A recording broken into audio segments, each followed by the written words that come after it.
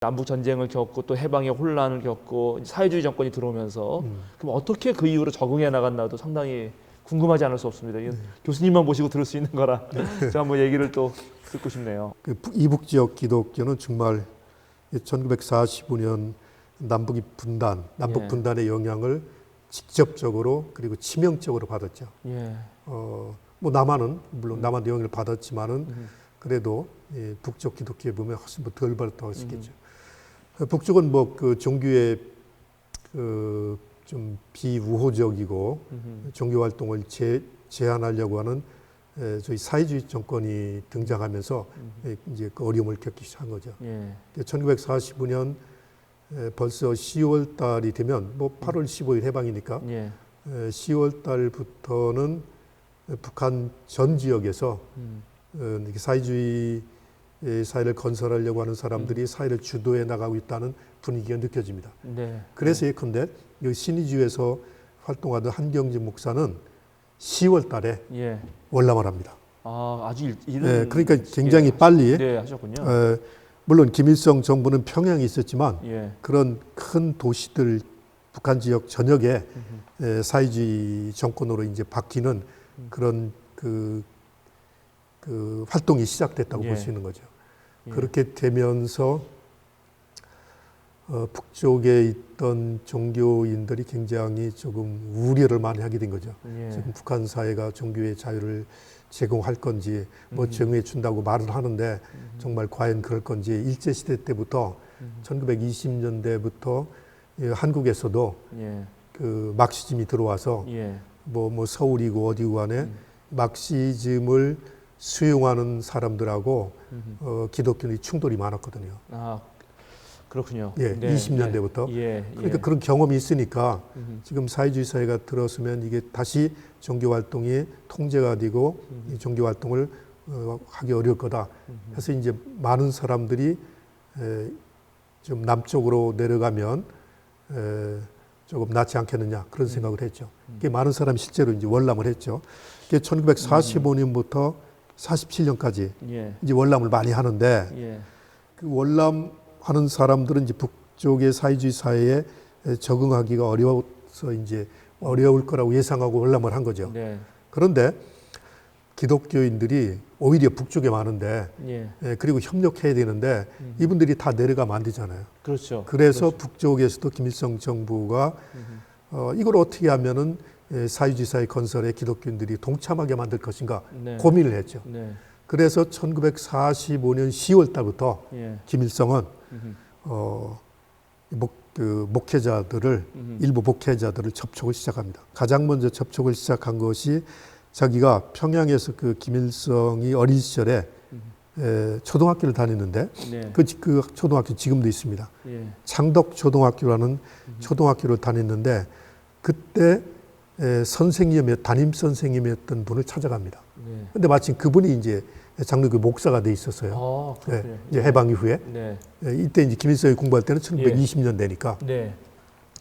그게 말하자면 강양옥 목사인데, 그분이 그 평양 위에 어느 한 그 군에서 1945년 10월 달에 부흥회를 하고 있었는데, 옛날 부흥회는 뭐 한 일주일 내내 했잖아요. 그렇죠. 막 급했는지 조금 다녀가라고 평양에 다녀가라는 그 전가를 보내는데 그 소식을 듣자마자 강영 목사가 부흥회를 일시 중단하고 평양에 가서 김일성을 만납니다. 만나서 이제 그때부터 이제 북한의 사회주의 사회 건설을 지지할 수 있는 기독교 또 협력할 수 있는 기독교를 어떻게 만들 수 있을까 고민을 하는 거죠. 그러다가 이제 1946년 이제 봄이 되면 초여름이 되면 뭔가 좀 하나 단체를 만드는 게 좋겠다 하는 생각을 하기 시작합니다.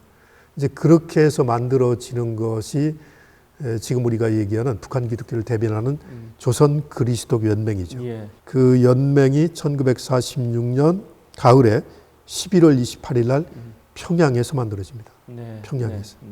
이제 이 조직이 만들어지면서 이 조직을 통해서 그 북한 정부가 하는 여러 가지 그 새로운 사회 건설 사업을 예. 과 이제 손을 맞잡고 협력하는 활동을 하게 되는 거죠.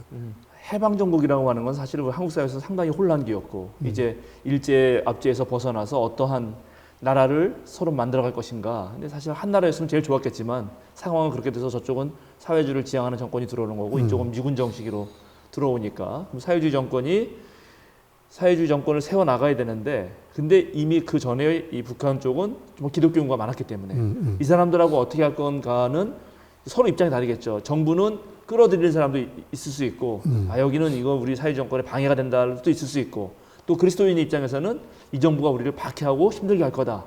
그래서 월남하는 경우도 있고 예. 아니면 그래도 여기 우리 고향이고 다 저건데 이 정부랑 뭔가 함께 할 수 있는 게 있지 않겠느냐라고 생각할 수도 있을 것 같아요. 이제 그냥 생각해 보면 그런데 이제 그런 와중에 어쨌든 김일성이 이제 기독교 지도자들을 만나게 되고 그래서 공식적으로 어쨌든 사회주의 국가에서 기독교와 함께 무엇을 하려고 하는 공식적인 기관은 조선기독교연맹, 나중에 조선 그리스도연맹이 됐지만 조선기독교연맹이 된다는 말씀이시죠? 그렇죠. 그러면 북한 기독교를 이해하는데 가장 중요한 것은 사실은 조선 그리스도연맹을 조금 깊이 있게 알 필요가 있겠네요. 그래서 이제 그 북한 그러니까 이제 정치가 종교 문제에 깊이 개입한 거죠. 예, 그런 거죠. 처음부터 남쪽도 그랬지만 남쪽은 그렇게 종교를 이용하고 이런 걸 했지만 남쪽의 종교판을 재편하려고 하지는 않았습니다. 근데 북한에서는 네. 적극적으로 이제 많은 사람들이 빠져나가니까 그 탈북하는 거죠. 네. 월남을 하게 되니까 자기들 지지 세력을 만들기 위해서 구체적으로 이제 재편 작업에 들어가게 된 거죠. 그 첫 번째가 이제 조선 그리스도 연맹을 예. 만드는 작업이죠. 예. 그걸 만들고 신학교도 이제 통폐합을 합니다. 이제 그렇군요. 감리교 신학교가 하나 있었고 평양 신학교가 다시 해방 후에 그 다시 수업을 시작했는데 그 감리교는 성화 신학교라고 평양에 있었는데 둘 다 평양에 있었는데 두 개를 합해서 기독교 신학교라는 신학교를 만듭니다. 신학교를 만들고 그걸 조선 그리스도 연맹이 이제 직접 직영을 하게 되는 거죠. 또 많은 목회자를와 이제 그 전도사 교인들을 처음에 교인들까지 조국련의 회원으로 가담을 시켰습니다. 그렇게 해서 친 정권적인 기독교 세력을 조직한 거죠. 아니 근데 우리가 그 남북한 공이 정부 수립은 48년이나 돼서 되는 거 아닙니까? 그렇죠. 남만 단독으로 먼저 하니까 이제 북한도 9월에 하는 걸 알고 있는데 근데 그때는 지금 해방 정국이라고 하는 거는 아직 정부가 수립되기 사실 전이고 어찌 보면 이제 정권이 수립되는 과정에 있는데 그 초기부터 사실은 그리스도교는 어떤 면에서는 함께 했다라고 봐야 될 것 같고 북한은 초기부터 그리스도교 연맹 입장에서 보자면 국가와 종교가 어떤 면에서는 긴밀하게 또는 하여튼 어느 정도 타협과 협의가 되는지는 모르겠지만 그런 과정을 겪어간 거 아닌가 그런 생각이 듭니다. 그렇죠. 그래서 조그련은 1948년에 이제 11월 달에 만들어지면서 몇 가지 이제 그 강령을 냈었는데 그 중에 첫 번째가 그 북한의 사회주의 사회 건설에 적극 협력한다죠. 그러니까 당시 북한의 정치적 상황에 적응해서 선교 활동을 하겠다는 걸 이제 구체적으로 표명한 거죠. 그러면서 이제 마지막에 가면 기독교의 발전을 위해서 매진한다 그런 표현을 씁니다. 그러나 역시 조국련이 추구하려고 했던 건 종교 영역보다는 이제 새로운 사회를 건설하려는 이 북한 지역에서 종교의 역할이 종교 영역도 있지만 국가와의 협력 관계가 중요하다는 걸 선언한 거죠. 그 양쪽이 다 있다고 봐야겠습니다. 조국련의 입장에서는. 근데 이제 한국의 남한의 아주 일반적인 그리고 한국 사회의 그 교인들이 상당수가 많은 교인들이 좀 보수적인 교인이라고 봐야 되지 않겠습니까? 그럼 이제 그런 보수적인 교회에서의 그 조국련을 바라보는 입장이라든가 또 심지어 뭐 가정교회 그다음에 또 우리 봉수교회나 칠골교회 같은 건 그거는 그 아주 어용교회다 이런 말도 막 하기도 하고 오히려 진짜 정통성은 무슨 지하교회가 있는데 그 지하교회가 진짜인 것처럼 말하는 분위기도 상당히 있어서요. 교수님 그런 관계들은 우리가 좀 어떻게 이해하면 좋을지도 좀 얘기해 주시면 좋을 것 같습니다. 그러니까 그 북한 지역에서는 기독교를 재편하는 과정에서 근데 종교 탄압이 있었죠. 예. 1948년까지는 종교 활동을 조금 그러니까 북한 사회에 사회주의 사회 건설에 저항하는 그룹이 있으니까 예. 그런 그룹들은 종교 활동을 통제했죠. 예. 그러니까 종교 탄압이 본격화된 건 1949년부터인데 예. 특히 6.25 전쟁 이후죠. 예. 50년대 네. 종교 탄압은 본격화되는데 1940년대 후반은 종교 활동을 조금 통제하고 제한하는 네. 그러니까 많은 사람이 남아 있었죠. 예. 목회자도 남아 있고 네. 교인들도 남아 있었는데 그래도 이제 그게 불편하니까 1947년까지 46년, 47년에 많은 기독교인들이 월남을 했습니다. 네. 아마 그 분단 당시에 약 26만 정도가 있다고 본다면 예. 그 중에 그 저희들이 그 이런저런 통계를 네. 가지고 추정을 하는데 약 40%는 월남아 있을 것으로 이렇게 봅니다. 야, 그러면 뭐 예. 8만에서 10만 사이 되는. 그렇죠. 예, 그 정도는 월남하게 되니까 남한도 당시 네. 해방 직후에 기독교인 25만밖에 안 되니까 예. 8만 10만이 내려오니까 굉장히 많은 변화가 일어나는 거죠. 예. 남한 기독교 예. 예. 정세에도 많은 영향을 주지만 예. 북한도 많은 기독교인들이 거의 뭐 절반 가까이가 이제 소멸됐다고 보는 거죠. 없어진 거죠. 예. 그러다가 이제 한국 전쟁을 거치면서 이게 또 한 번 그 남아있던 기독교인들이 전쟁 중에 많이 죽죠. 예. 또 전쟁 중에 그 유엔군이 북진하잖아요. 1950년 10월 20일 날 평양을 완전히 점령하죠. 그러면서 이제 평양을 탈환한 뭐 붕괴 같은 걸 하죠. 예. 기도회도 하고. 예. 국군과 유엔군이 평양을 점령하고 이제 압록강까지 진격을 하게 되면서 네. 그 시기에 북한에 남아있던 기독교인들이 국군과 유엔군을 또 지지합니다. 아, 그렇군요. 그렇게 되면서 그러니까 북한 당국이면 적대 행위죠. 그렇게 되겠죠. 예. 사회 입장에서 보면 예. 그렇죠. 그래서 1951년에 전쟁 중에 적대 행위를 한 뭐 기독교뿐만이 아니고 뭐 일반 그 시민도 있을 테니까 그런 사람들을 처벌하는 법을 통과시키고 전쟁 중인데도 많은 기독교인들이 또 그 유엔군을 지지했던 사람들이 어려움을 겪게 되는 거죠. 네. 그래서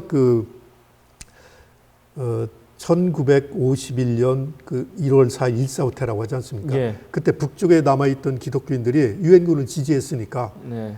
많은 사람들이 또 2차 월남을 하는 거죠. 아, 그렇게 되겠네요. 예. 그래서 이제 진짜 1951년 1월 4일 이후는 예. 남아있는 사람이 많지가 않았는데 그 중에 뭐 전쟁 중에 뭐 폭격이나 이런 걸로 또 많은 사람들이 예. 죽게 됐죠. 그래서 전쟁이 끝났을 때는 두 가지 얘기가 있는데 개신교 목회자들은 그러니까 목사 안수 받은 분들, 예. 목사님들은 약 50명 정도가 남아있을 거다. 또 어떤 자리는 20명밖에 안 됐다. 뭐 그렇게 얘기를 하죠. 예. 이제 전쟁이 끝나니까 이제 교회가 다 허물어졌죠. 예. 뭐 주택이고 뭐 다 허물어졌으니까 이 교회를 복구하고 재건해야 되는데 전쟁 중에 그렇게 유엔군을 지지하고 그 남쪽을 지지했으니 예. 교회를 재건하자는 얘기를 할 수가 없었죠. 아, 그렇죠. 예. 그래서 이제 전쟁은 끝나고 여기는 완전히 북한의 사회주의 정권이 들어서는데 그때 반대했던 사람들을 이 정부가 인정하기는 그건 국가 입장에서는 반란 세력이 될 수밖에 없기 때문에 그렇죠. 그렇게 그러니까 된 교인들 차원에서도 우리가 예. 뭐 교회를 지금 뭐 그렇죠. 주민들의 그 예. 생존이 중요한데 아, 그렇죠. 사회를 다시 복구해야 되는데 교회부터 짓자 이런 얘기를 할 수가 없는 거죠. 예. 그래서 등장한 게 이제 가정교회가 등장한 거죠. 아, 그러니까 본격적으로 교회당 건물을 짓 수가 없으니까 일단 가정에서라도 그러니까 신앙을 진 거죠. 예. 가정교회라는 게 집에서 네. 그냥 방에서 뭐 두세 명, 뭐 많으면 4명, 5명이 네. 기도하고 예배 보는 형태의 예. 그런 북한의 특유의 예. 종교 형태, 교회 형태가 예. 생긴 거죠. 그걸 이제 우리가 지금 가정교회라고 하는 건데 그것이 기록해 보면 1952년부터 예. 가정교회가 생깁니다. 그러나 여전히 조선 그리스도 연맹이라는 조직은 있는 거고. 그렇죠. 예. 그러면 이제 가정교회와 조선 그리스도 연맹의 관계는 어떻게 되는지. 전쟁 중에는 이제 북쪽을 지지하는 성명을 내고 그러죠. 네. 전쟁이 끝나가면서는 사실상 그 북한의 노동신문이나 이런 것들을 보면 기록에 나오질 않습니다. 아, 그러니까 거의 왜 전쟁 중에 네. 조그련의 임원들조차도 남쪽을 지지했으니까. 아, 그랬군요. 예, 그러니까 김익도 목사라고. 아, 네, 그 유명한 부흥사 목사님이시죠. 장로교 목사님이죠. 예. 부흥 운동도 펼쳤던 목사님인데 그분이 유엔군이 그러니까 국군이 북진하던 1950년 10월 달에 아마 10월 14일 겁니다. 그 황해도 선천에서 그 목회를 하셨는데 그 새벽 기도 중에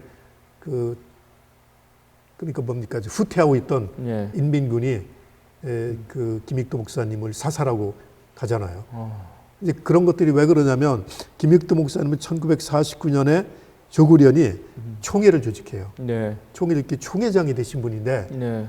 그리고 6.25 전쟁이 나자 6월 25일에 전쟁이 나는데 8월 초에 평양과 원산 등지에서 이제 그 전쟁을 지지하는 집회를 갔는데, 뭐 그건 남쪽도 마찬가지죠. 남쪽은 남쪽 정부를 지지하고 북쪽 교회는 북한 정부를 지지하는데 전쟁 이기라고 기도회를 갔는데 그때 그 탱크 함선 사라고 돈도 기부했던 분입니다. 네. 그런데 이제 유엔군이 북진하면서 국군이 막 북진한다는 얘기가 들리고 또 남쪽에서 그 파견한 사람들이 접촉해서 이런저런 얘기를 하니까 국군이 북진하면은 뭐 지지하라 그런 얘기 했겠죠. 네. 그런 사람들하고 접촉하는 걸 발각이 되는 거죠. 아, 그렇군요. 그런 그게 그런 문제가 생기면서 조그련의 그 가장 중요한 지도자 중에 한 사람이었던 분들도 사살당하는 판이니까 50년대 들어서면서는 이제 전쟁이 끝나면서 조그련이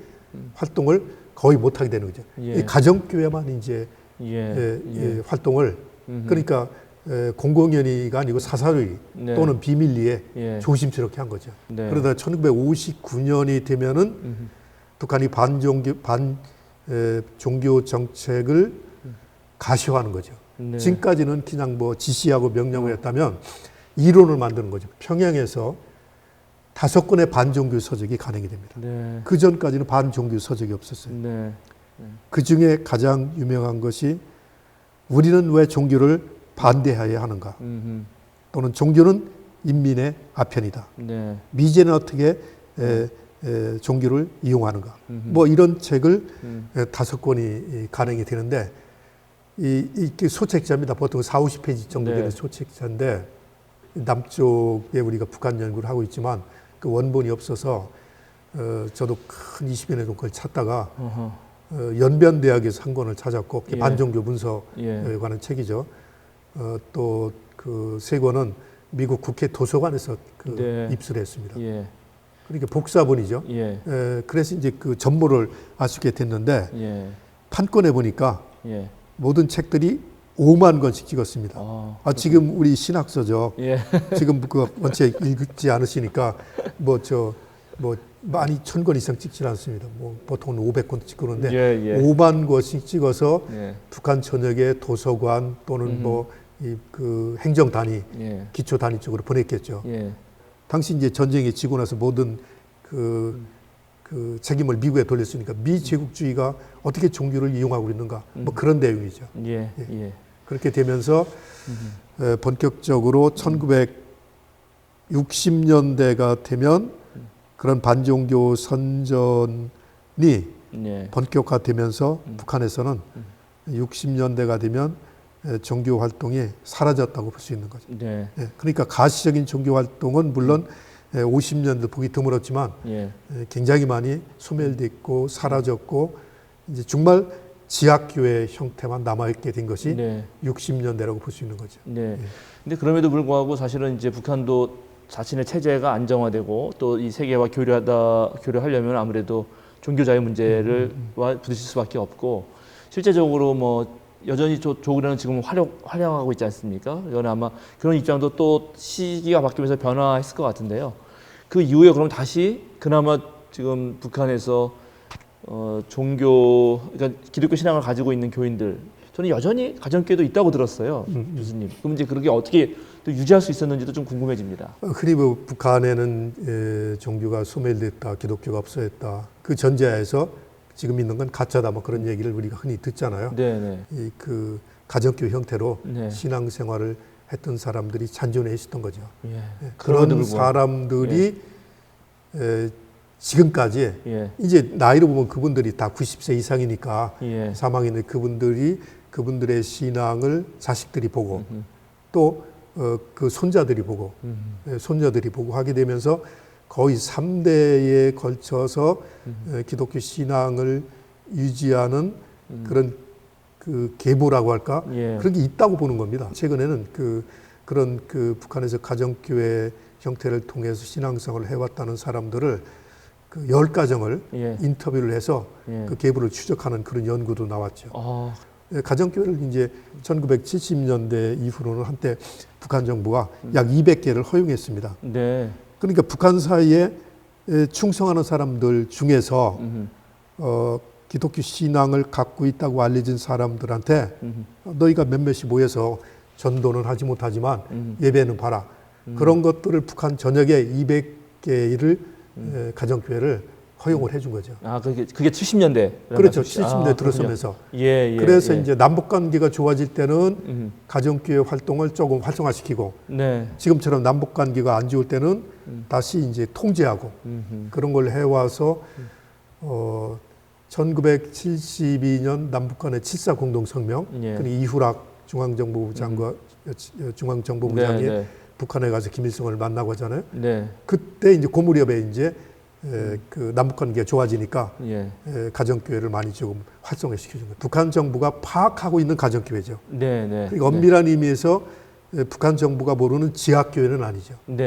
가정교회는 북한 정부가 파악하고 있는 교회도 있고 북한 정부가 모르는 교회도 있는데 그게 이제 지하교회라고 하는 거죠. 지하교회라고. 그러면 그 봉수교회처럼 아주 우리 건물도 있고 문익환 목사님도 가셔서 와서 찬송도 부르시고 그러셨던 이제 영상을 제가 본 기억이 있는데 그 봉수교회는 그런 가정교회랑은 어떻게 다른 겁니까? 그 가정교회 분들이 거기에 모여서 예배를 드리는 건가요? 봉수교회가 1988년에 완공됐죠. 가을에 10월달에. 그리고 문익환 목사님이 거기 1년 뒤에 가서 예배 보신 거죠. 89년에 가셨으니까. 한 10명이 모여서 예배 부르는 거죠. 아코디언, 피아노, 풍금 대신 아코디언 치고 찬송가 부르고 뭐 성경 잠시 보고 그게 이제 가정교회인데